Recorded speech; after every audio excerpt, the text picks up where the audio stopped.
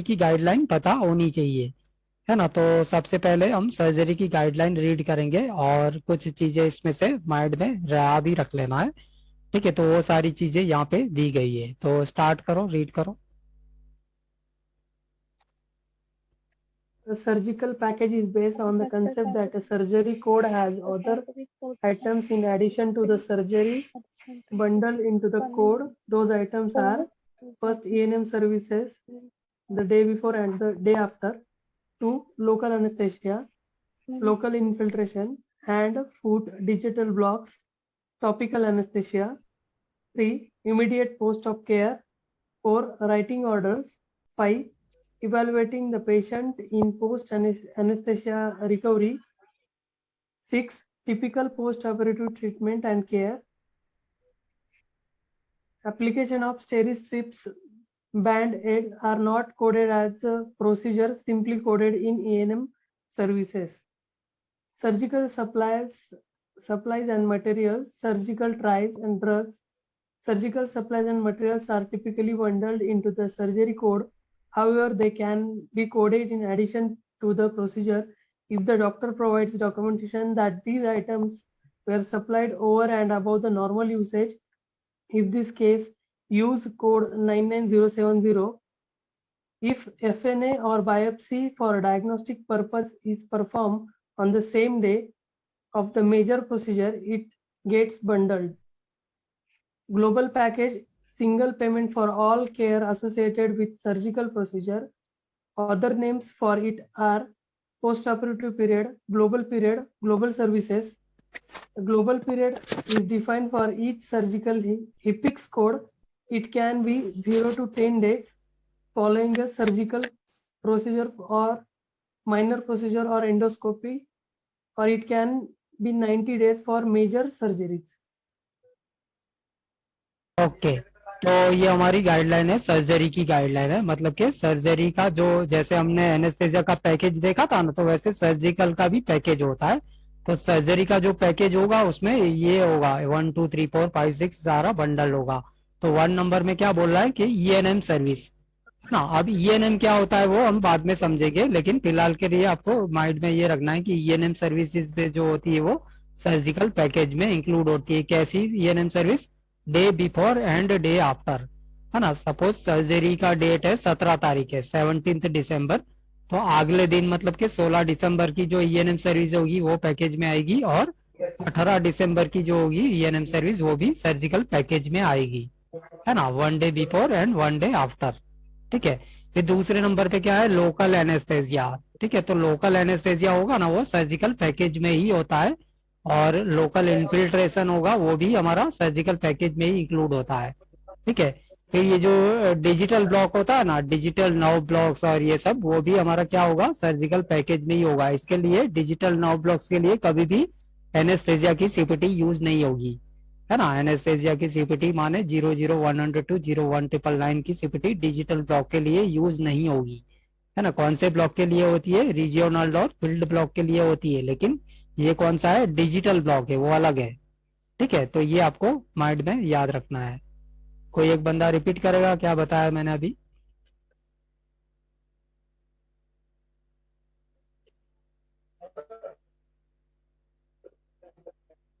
Hello hello.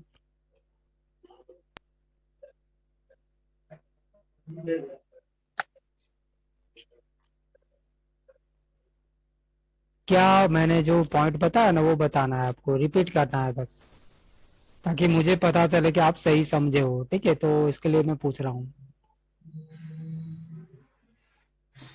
Sir आप digital एक बार repeat कर दीजिए। या आस्था बताइए या। सर एक बार रिपीट कर दीजिए, थोड़ा सा कम समझ में आया। ओके, किसी को याद है तो बताइए। प्रियंका? डिजिटल ब्लॉक जो है वो इंक्लूड होता है सर्जरी पैकेज में। अगर वो रीजनल ब्लॉक हो या होगा तो वो इंक्लूसिव नहीं होगा, ये इंक्लूडेड होगा। हाँ, तो बेसिकली मैंने क्या बताया कि डिजिटल ब्लॉक है वो सर्जिकल पैकेज का पार्ट है, और डिजिटल ब्लॉक के लिए कभी भी एनेस्थेसिया की सीपीटी नहीं लगेगी, है ना। डिजिटल ब्लॉक के लिए एनेस्थेसिया की सीपीटी माने 00100 से 01999 वाली सीपीटी यूज नहीं करेंगे हम, है ना। तो एनेस्थेसिया की सीपीटी कौन से ब्लॉक के लिए करेंगे, रीजियोनल और फील्ड ब्लॉक के लिए करेंगे। लेकिन ये कौन सा है, डिजिटल ब्लॉक है। तो मेरा पर्पज ये है कि डिजिटल ब्लॉक अलग होता है और रीजियोनल और फील्ड ब्लॉक का जो एनेस्थेसिया होता है वो अलग होता है। क्लियर है आस्था, ओके सर, यस। है ना। तो ये दोनों का डिफरेंस याद रखना है कि डिजिटल ब्लॉक के लिए हमें एनेस्थेसिया की रेंज वाली सीपीटी है वो यूज नहीं करनी है, लेकिन रीजियोनल फील्ड ब्लॉक का एनेस्थेसिया है तो उसके लिए 00100 टू 01999 वाला यूज कर सकते हैं। ठीक है। फिर टॉपिकल एनेस्थेसिया है वो भी सर्जिकल पैकेज में ही इंक्लूड होता है, तो इसके लिए भी एनेस्थेसिया की सीपीटी यूज नहीं होगी, है ना। Local anaesthesia, local infiltration, digital block और टॉपिकल एनेस्थेसिया, ये सारी सर्विसेज जो है वो सर्जिकल पैकेज का पार्ट एंड पार्सल है। ठीक है। उसके बाद में थर्ड नंबर पे क्या है, इमीडिएट पोस्ट ऑपरेटिव केयर, है ना। तो ऑपरेशन होने के बाद में जो पोस्ट ऑपरेटिव मतलब ऑपरेशन के बाद की जो होती है इमीडिएट केयर, वो भी सर्जिकल पैकेज में बंडल्ड होती है। राइटिंग ऑर्डर्स, है ना, तो इसको पेशेंट को ये टेस्ट करवाओ, ये करवाओ, वो करवाओ, जो ऑर्डर होंगे ना वो सारे भी सर्जिकल पैकेज में ही इंक्लूड होते हैं, सेपरेटली बिलेबल नहीं होंगे। 5 नंबर पे क्या है, evaluating the patient in post anaesthesia recovery. ठीक है। तो पोस्ट एनेस्थेसिया रिकवरी में जब इवेल्युएशन होता है ना, तो वो वाला इवेल्युएशन भी सर्जिकल पैकेज का पार्ट एंड पार्सल होता है। 6 नंबर पे typical post operative treatment and care. ठीक है। तो ये टिपिकल पोस्ट ऑपरेटिव मतलब कि ऑपरेशन के बाद की जो ट्रीटमेंट एंड केयर होती है टिपिकल, वो सर्जिकल पैकेज का हिस्सा होती है। अब ये भी बहुत इंपॉर्टेंट है, इसमें क्या लिखा है, application of steristrips bandaids are not coded as procedure, है ना। अगर कोई क्वेश्चन है जिसमें एप्लीकेशन ऑफ स्टेरिस्ट्रिप्स है या फिर बैंडेड खाली लगाया है ना, तो वो सर्जरी उसके लिए हम 10K to 60K वाली सीपीटी कोड नहीं करेंगे। फिर क्या करेंगे, नहीं करेंगे वो तो ठीक है, यहाँ पे बता दिया है कि not coded as a procedure, but हम फिर इसको कैसे डील करेंगे, कैसे बिल करेंगे, क्या करना पड़ेगा, हमें ईएनएम का कोड यूज करना पड़ेगा, ईएनएम का सर्विस कोड यूज करना होगा, है ना। स्टेरिस्ट्रिप्स और बैंडेड लगाया है ना, तो उसके लिए हम ईएनएम का सीपीटी माने कौन सा होगा, 99202 से 99499 में से कोई भी एक कोड होगा वो लगाएंगे, लेकिन 10K to 60K वाली सीपीटी यूज नहीं करेंगे, स्टेरिस्ट्रिप्स और बैंडेड खाली लगाया है तो। क्लियर है। Okay sir. Yes sir. Okay, ये बहुत ही इंपॉर्टेंट है और याद ही रखने से काम बनेगा, क्योंकि हर एक चीज आप बुक में खोजने के लिए बैठोगे ना तो बड़ा पंगा हो जाएगा। ठीक है। उसके बाद में क्या है, सर्जिकल सप्लाईज एंड मटेरियल्स। तो इसमें दो चीज है, सर्जिकल ट्रेस और ड्रग्स, जो कि सर्जरी में यूज होते हैं वो वाले ड्रग। ठीक है। तो ये क्या होता है कि कोई पर्टिकुलर ऑपरेशन है, सपोज नी रिप्लेसमेंट है, तो नी रिप्लेसमेंट के हिसाब से इन्होंने एनालिसिस करके कुछ बनाया होगा कि सर्जिकल इतना ट्रेस होगा और इतना ड्रग्स लगेगा, तो उतना ही लगता है नॉर्मली, तो फिर ठीक है ना। नॉर्मली जितना क्वांटिटी होता है उतने में हो जाता है तो बात ठीक है। लेकिन कभी कभी क्या होता है कि कुछ ऐसे केस होते हैं जिसमें नॉर्मल से ज्यादा यूज करने का जरूरत पड़ता है, तो उस केस में क्या करेंगे कि जितना ज्यादा होगा ना वो फिर डॉक्टर बिल करेगा, सपोर्ट के साथ में डॉक्यूमेंटेशन भी देना पड़ेगा उसको और सेपरेटली बिल करेगा। लेकिन कौन सा बिल करेगा, एक्स्ट्रा जो होगा ना उसका ही करेगा, है ना। जितना नॉर्मली यूज्ड होगा, टिपिकली बंडल होगा, वो पेमेंट नहीं मिलेगा फिजिशियन को, लेकिन over and above normal usage होगा ना तो उसका पेमेंट मिल सकता है फिजिशियन को, अगर ये सीपीटी कोड करेगा तो 99070। ठीक है। क्लियर है। हेलो।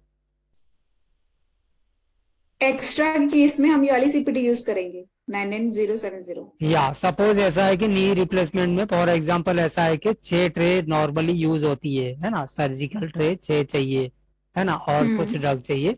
अब 6 की जगह पे फिजिशियन को 8 यूज करनी पड़ी, कुछ भी रीजन हो सकता है, पेशेंट की साइज थी या कॉम्प्लिकेशन जो भी है ना, तो 6 का तो बिल नहीं होगा क्योंकि 6 तो नॉर्मली ही होता है। ठीक है। तो 2 एक्स्ट्रा है ना, तो बस 2 एक्स्ट्रा पेमेंट मिलेगा फिजिशियन को, अगर डॉक्यूमेंटेशन प्रॉपरली होगा ना तो इसका सीपीटी करके। ठीक है।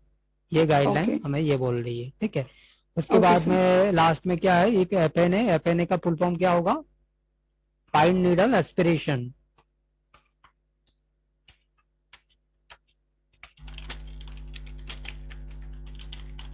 ठीक है। तो इस तरह से मतलब एब्रिविएशन भी काफी सारे आएंगे, तो उसे डरना नहीं है, हमें धीमे धीमे करके कर लेना है, जितने होते हैं इतने। ठीक है। तो फाइन नीडल एस्पिरेशन और biopsy for diagnostic procedure is performed on the same day of major surgery, major procedure, then it is bundled, है ना। मतलब कि एफएनए और बायोप्सी कोई मेजर प्रोसीजर हो रही है उसी दिन किया गया है, तो उसके लिए सेपरेट सीपीटी नहीं होगी। क्यों? क्योंकि वो मोटा काम होगा, मेजर सर्जरी का मोटी जो सीपीटी होगी वो उसमें ही बंडल हो जाएगा। ठीक है, क्लियर है?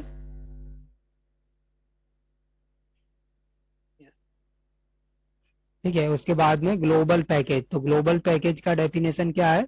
Single payment for all care associated with A surgical procedure. ठीक है, एक ही सिंगल पेमेंट होगा और जो भी केयर है वो सारी अंदर इंक्लूड होगी। और इसका अदर नेम में क्या है? Post operative period, global period, global services.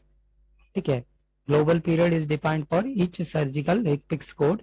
It can be 0 to 10 days following surgical procedure for minor procedure. ठीक है। तो माइनर प्रोसीजर का जो है वो पीरियड क्या है? 0 to 10 days है। मतलब कि पेशेंट अगर 10 दिन के भीतर भीतर वापिस आता है तो उसका बिल नहीं होगा, मतलब वो फ्री ऑफ कॉस्ट में ही होगा काम। ठीक है। लेकिन अगर मेजर सर्जरी है तो उसका फिर जो ग्लोबल पीरियड होता है वो 90 डेज का होता है ना, क्योंकि उसका पेमेंट भी बहुत हाई होता है ना, तो उसकी वजह से 90 डेज के भीतर अगर पेशेंट आता है वापस तो उसका भी सर्जन जो होगा, प्रोवाइडर होगा, वो वापस से अगेन क्लेम नहीं कर पाएगा।